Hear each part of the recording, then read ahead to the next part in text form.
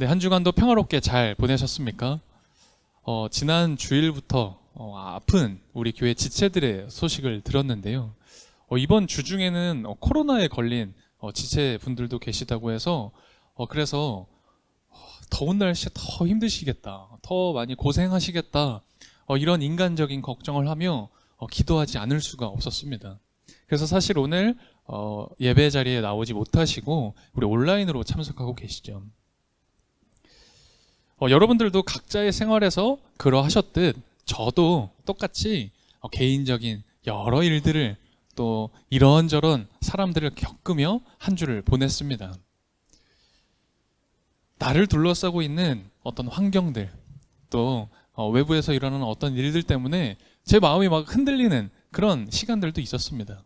그러나 주님께로 받은 이 평화가 누가 뺏어가거나 사라지는 게 아니기 때문에 다시 평화를 찾아보고 주님이 주신 평화를 위해서 기도하면서 다시 평화를 누리기도 했죠.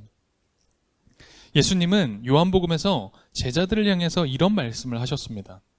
나는 평화를 너희에게 남겨준다.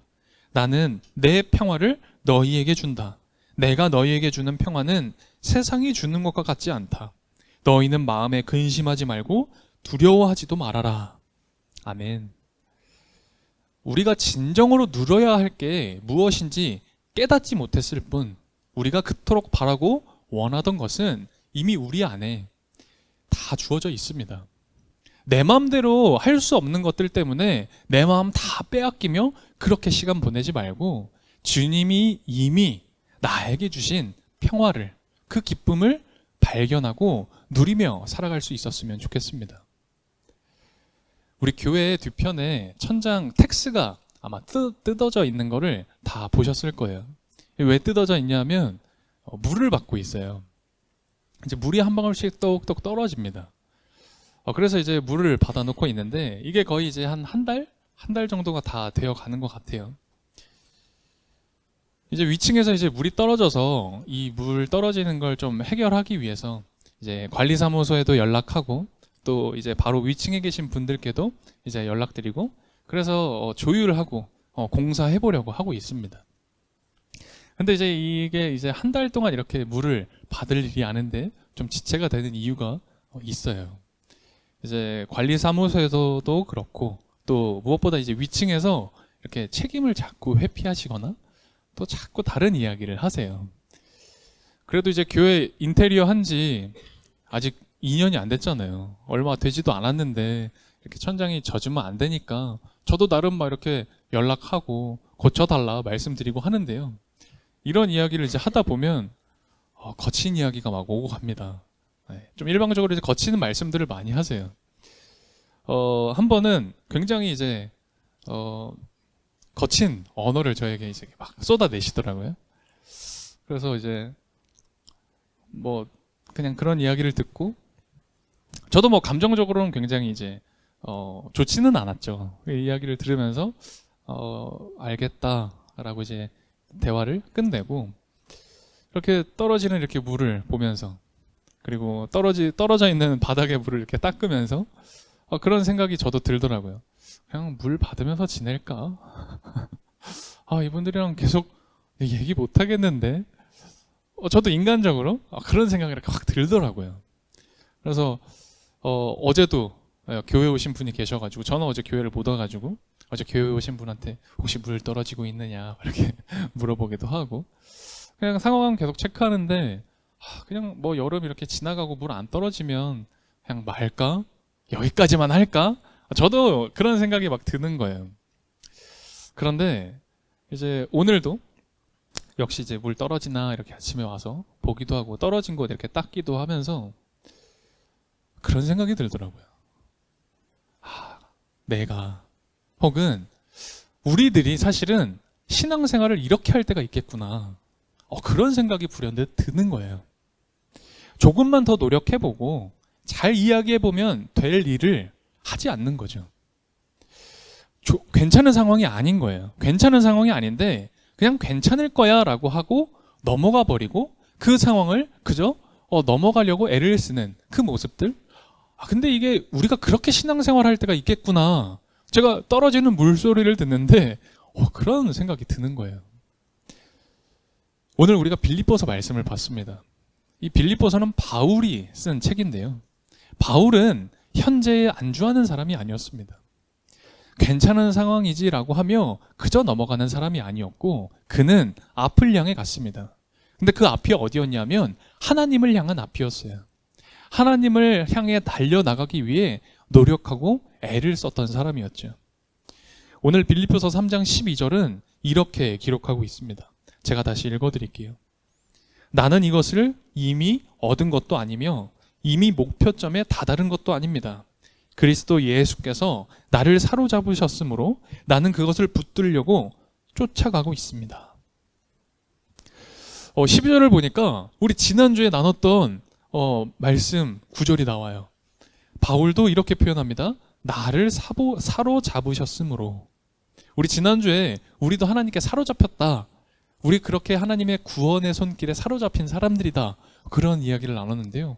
바울도 똑같은 이야기를 하더라고요. 하나님께 사로잡힌 사람이었습니다.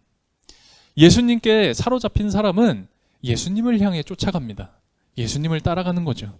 그래서 사로잡힌 우리 성도들은 현재에 안주하는 게 아닙니다. 현재에 안주하지 않습니다. 나에게 부족함이 있다면 그 부족함을 한번 보완해 보려고 그 부족함이 뭔지 찾아보기도 하고요. 또 예수님을 따르기 위해서 예수님대로 예수님이 살아가셨던 그대로 한번 살아보려고 애를 쓰기도 하고 몸부림치며 그렇게 생활하죠. 이어서 13절과 14절은 이렇게 기록하고 있어요. 우리 13절, 14절은 같이 한 목소리로 한번 읽어볼까요? 우리 두 구절 같이 읽겠습니다. 형제 자매 여러분, 나는 아직 그것을 붙들었다고 생각하지 않습니다. 내가 하는 일은 오직 한 가지입니다. 뒤에 있는 것은 잊어버리고 앞에 있는 것을 향하여 몸을 내밀면서 그리스도 예수 안에서 하나님께서 위로부터 부르신 그 부르심의 상을 받으려고 목표점을 바라보고 달려가고 있습니다. 아멘. 바울은 앞을 향해 내다보고 달린 사람이었어요. 그 앞이 바로 하나님이었죠. 그런데 여러분과 저는 사실 앞을 향해 가기보단 이 머물러 있을 때가 종종 있습니다. 아니 때론 뒤로 돌아갈 때도 사실 있는 것 같아요. 내가 옛날엔 그랬었지. 내가 예전엔 그런 믿음이 있었었지. 내가 예전에 그런 경험들도 있었었지. 라고 말이에요. 사실 지금 우리 삶의 앞에는 우리가 보진 못하지만 우리 앞에는 하나님이 허락해 준 기쁨이 있습니다. 우리 삶 앞에는 내 존재 앞에는 하나님이 주신 은혜와 평화가 있어요. 그런데 우리가 그걸 모릅니다. 보이지가 않아서. 아직 한 발걸음을 내딛지 못해서 그곳에 다다르지 못해 우리가 사실 그걸 잘 모릅니다. 그러다 보니 모르다 보니 쉽게 그것들을 내려놓게 됩니다. 한 걸음만 더 가면 되는데요. 지레짐작하여서 에이 여기 없겠지? 라고 포기할 때도 있습니다. 또 때로는요. 우리가 신앙생활 하다 보면 우리한테 이런 고민, 이런 질문이 있어요. 내가 정말 열심히 신앙생활 하면 그러면 기쁨이 주어지는 걸까? 신앙생활을 내가 열심히 한다고 하면 그럼 하나님이 주신 은혜를 정말 경험하면서 내가 살 수 있는 걸까? 혹시 이렇게 내가 열심히 신앙생활 하다가 손해보는 건 아닐까? 그런 고민? 이런 질문들 생길 수 있습니다. 그래서 이런 우리들에게 오늘 히브리서 11장은 말씀하고 있는 거예요. 우리 히브리서 11장 6절에서 8절입니다. 제가 다시 읽어드릴게요. 한번 우리 이 말씀을 천천히 잘 봤으면 좋겠습니다. 믿음이 없이는 하나님을 기쁘게 해드릴 수 없습니다. 하나님께 나아가는 사람은 하나님이 계시다는 것과 하나님은 자기를 찾는 사람들에게 상을 주시는 분이라는 것을 믿어야 합니다. 믿음으로 노아는 하나님께서 아직 보이지 않는 일들에 대하여 견고하였을 때 하나님을 경외하고 방주를 마련하여 자기 가족을 구원하였습니다. 이 믿음을 통하여 그는 세상을 단죄하고 믿음을 따라 얻는 의를 물려받는 상속자가 되었습니다. 믿음으로 아브라함은 부르심을 받았을 때 순종하고 장차 자기 몫으로 받을 땅을 향해 나아갔습니다. 그런데 그는 어디로 가는지를 알지 못했지만 떠난 것입니다. 아멘. 여러분 이거 아셨습니까? 그리스도인이란 무언가를 손에 확실히 잡아서 혹은 내 눈에 무언가가 보여서 노력하는 게 아니라는 거예요.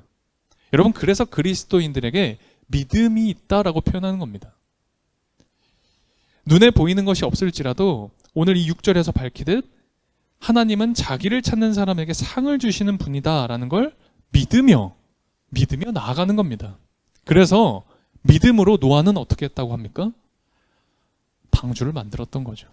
비가 오지 않는 상황이었어요. 너무너무 좋은 날씨. 비가 오더라도 홍수가 그렇게 나겠느냐? 사람들은 비웃었지만 믿음으로 하나님의 말씀을 들은 노아는 방주를 만들었던 겁니다. 믿음으로 아브라함은 자기 고향, 자기 친척, 그리고 자신의 집을 떠났던 겁니다. 오늘 8절에서 이야기하고 있죠. 말씀을 듣는 아브라함이 길을 떠납니다. 그런데 어디로 가는지를 알지 못했다고 합니다. 어디인지 모르지만 하나님의 말씀을 듣고 하나님을 믿음으로 그 발걸음을 떼었던 거예요. 그래서 그 아브라함이 어떻게 됩니까? 믿음의 조상이 되는 거죠. 여러분의 생활에 어떤 일이 벌어지십니까? 이번 한 주 한번 떠올려 보세요. 이번 한 주는 어떤 일 가운데 여러분들이 살아오셨습니까? 그게 긍정적인 일이었던 혹은 조금은 부정적인 일이었던 다 괜찮습니다. 어떤 일이 벌어지고 있다는 것, 그것으로 우리는 감사할 수 있습니다. 어떤 일이 벌어지면 우리는 반드시 무언가를 선택해야 되잖아요. 그리고 행동할 수밖에 없습니다. 그런데 그 시간이 우리 그리스도인들에게는 내 믿음이 성숙해지는 시간이 될 수 있습니다. 그 일이 좋은 일이든 나쁜 일이든 상관없이 그 시간을 통해 우리는 하나님께 내 몸을 가까이 하고 하나님께 가까이 다가갈 수 있는 시간이 될 수 있다라는 것, 기회가 될 수 있다라는 거예요. 오늘 설교의 제목이기도 한데요. 사실은 이게 책 제목입니다. 신이 쉼표를 넣은 곳에 마침표를 찍지 마라라는 책이 있어요. 혹시 보신 분들이 계실지 모르겠습니다.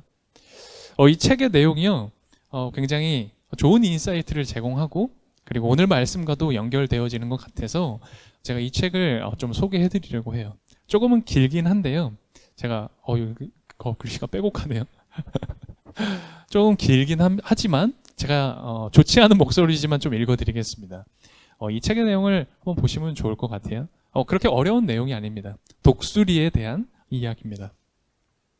생존을 위해 날마다 자신의 한계까지 밀어붙여 먹이를 찾고 사냥해야만 하는 밀림에 한 무리의 독수리가 살았다.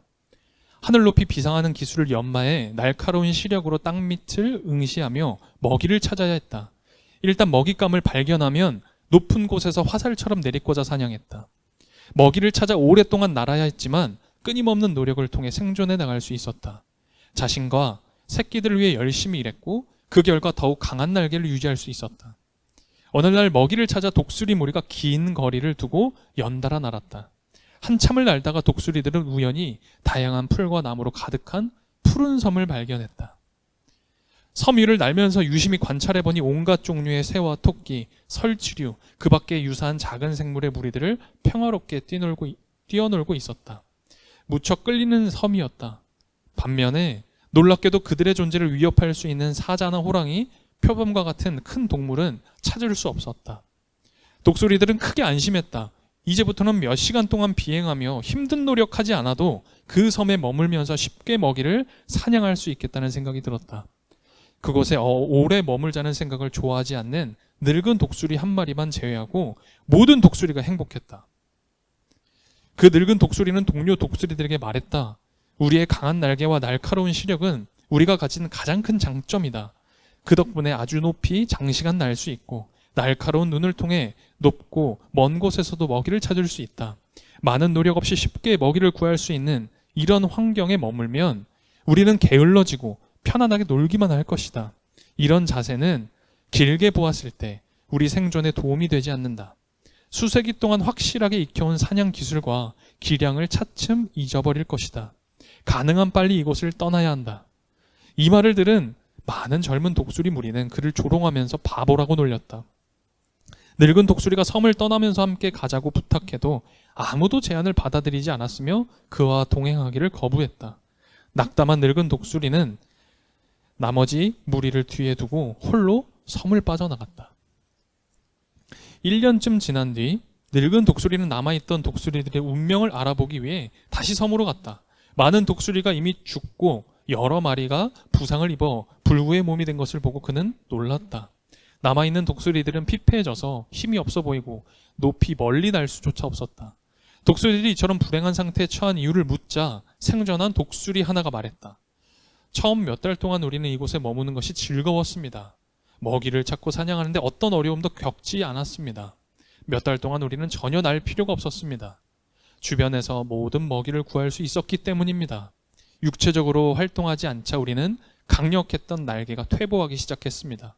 생물의 수도 서서히 줄어들기 시작했고 먹이도 부족해졌습니다.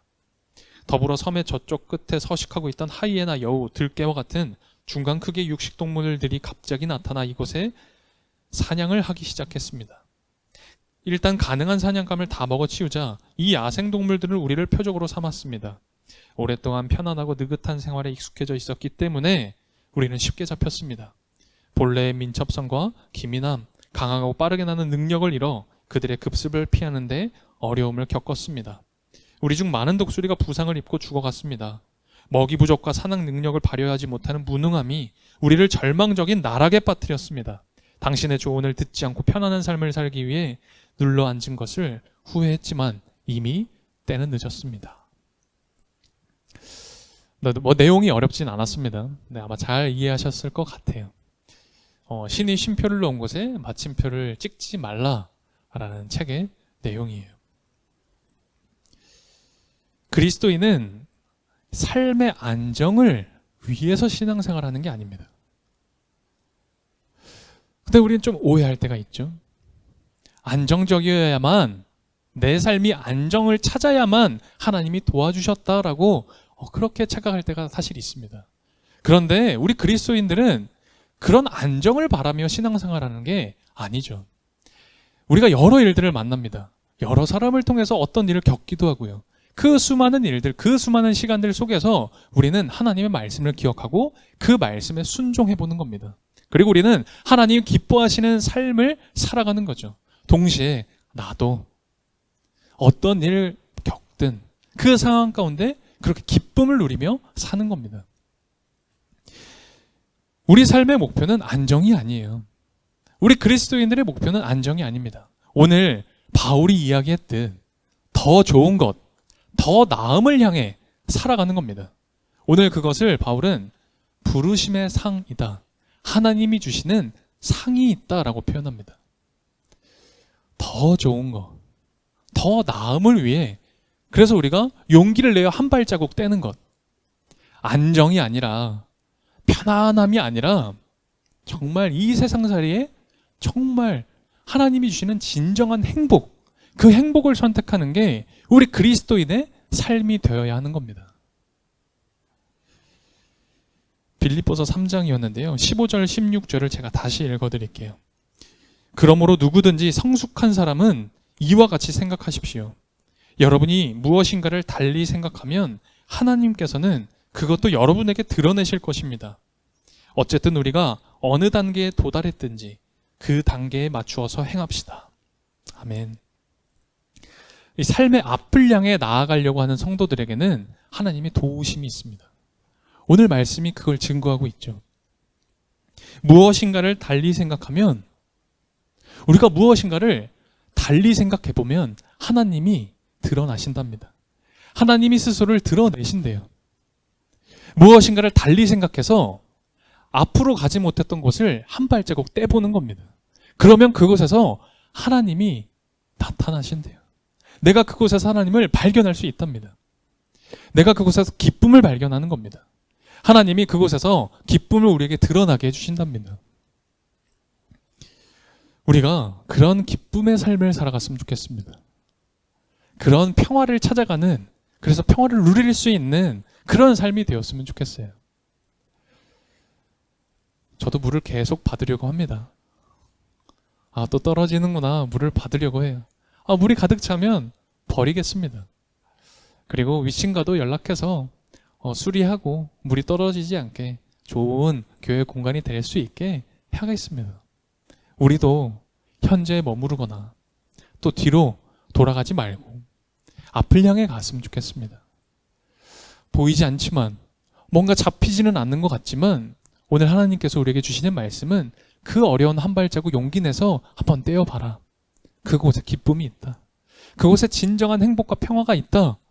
저는 오늘 우리들에게 그렇게 말씀하시는 것 같아요. 우리 삶 앞에 있는 기쁨을 향해 나아갑시다. 우리에게 주어진 그 평화를 향해 그 한 발자국 뗄 수 있는 우리 교회가 되었으면 좋겠습니다.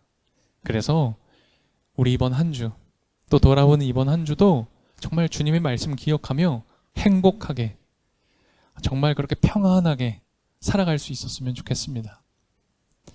오늘 말씀 기억하며 함께 기도드리겠습니다. 오늘 히브리서 말씀이었어요. 제가 읽어드릴게요. 하나님이 계시다는 것과 하나님은 자기를 찾는 사람들에게 상을 주시는 분이시라는 것을 믿어야 합니다. 아멘. 또 빌립보서의 말씀은 이렇습니다. 이와 같이 생각하십시오. 여러분이 무엇인가를 달리 생각하면 하나님께서는 그것도 여러분에게 드러내실 것입니다. 우리가 어느 단계에 도달했든지 그 단계에 맞추어서 행합시다. 아멘. 우리 더 나음을 위해 바울이 표현한 것처럼 부르심의 상을 위해 우리가 앞으로 주님께로 나아갔으면 좋겠습니다. 내 삶 속에 일어나는 여러 일들에 오늘 말씀을 기억하고 순종하도록 하나님이 기뻐하시는 일이 되기를 생각하며 그렇게 우리가 조금 달리 생각하며 나아가고 기도하고 살아갔으면 좋겠습니다.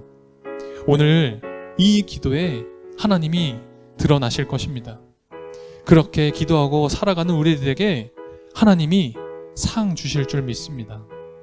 오늘 말씀 기억하며 소망을 가지고 기쁨을 가지고 우리 함께 즐겁게 기도드렸으면 좋겠습니다. 주님은 저희 인생의 동반자입니다. 주님께서 우리 안에 이루신 놀라운 일을 깨닫게 될 때마다 나태한 저희들의 모습을 깊이 후회합니다. 보폭을 넓혀 주님과 함께 이 삶을 걷고 싶습니다. 주님 손잡고 다시 힘을 내어 걷게 해주십시오. 도움을 필요로 하는 이들의 근심을 들어주는 희망의 상징, 주님을 다시 바라봅니다. 삶의 자욱한 안개 속에서도 새로운 오늘의 희망을 직관하는 기쁨 허락해 주십시오. 우리에게 용기를 북돋워 격려해 주십시오. 세상을 녹슬게 하는 죄악 앞에서도 더 좋은 때가 오리라는 것을 용기 있게 믿도록 이끌어 주십시오. 주님이 허락하신 이 삶 앞에서 불평하지 않고 다가올 내일을 신뢰하는 이 시대의 노아와 아브라함이 되게 해주십시오. 각자의 삶으로 한 사람의 교회로 살다 다시 이곳에 우리로 모였습니다. 주님의 은혜에 감사드립니다. 우리의 생각을 달리하여 믿음으로 이 마음과 봉헌을 드립니다. 드린 손길, 주님을 향한 간절한 마음을 기뻐 받아주시고 이것이 쓰이는 곳에 하나님께서 원하시는 일이 많아지도록 도와주십시오. 예수 그리스도의 이름으로 기도드립니다. 아멘.